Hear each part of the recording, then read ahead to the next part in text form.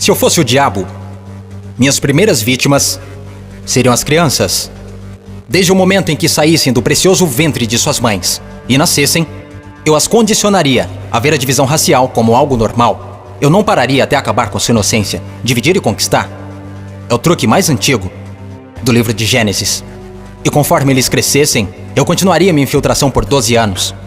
Eu roubaria seus corações e suas mentes e chamaria isso de educação. Se eu fosse o diabo, minhas próximas vítimas seriam as mulheres, que eu envelheceria em contato com homens que controlariam os corpos e os seus direitos. A melhor maneira de amaldiçoar a Deus é desrespeitar os próprios portadores da vida. Falando em Deus, se eu fosse o diabo, quando se trata de religião, eu montei o meu plano perfeitamente. Eu permitiria que você adorasse Jesus todos os domingos e nos outros 6 dias, eu faria você me adorar. Em forma de dinheiro, fama, luxúria e ganância, para minha religião, eu não precisaria te converter. Eu transformaria os 10 mandamentos em 10 sugestões. E faria com que a pseudo-virtude fosse mais importante do que a virtude. Eu daria a vocês religião suficiente para se odiarem, mas não o suficiente para amar um ao outro.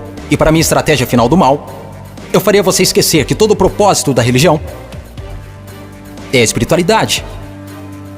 Se eu fosse o diabo, eu não viria vestido com a capa vermelha e chifres pontudos. Dirigiria um carrão, teria um rosto bonito e um cinto Gucci.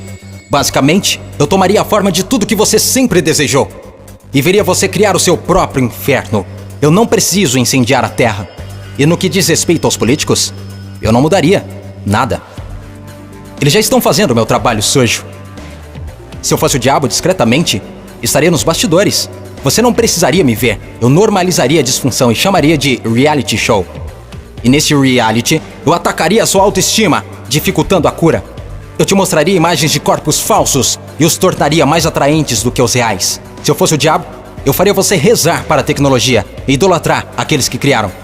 Eu faria da influência a droga número 1 e roubaria milhões de almas perdidas enquanto eles a perseguem.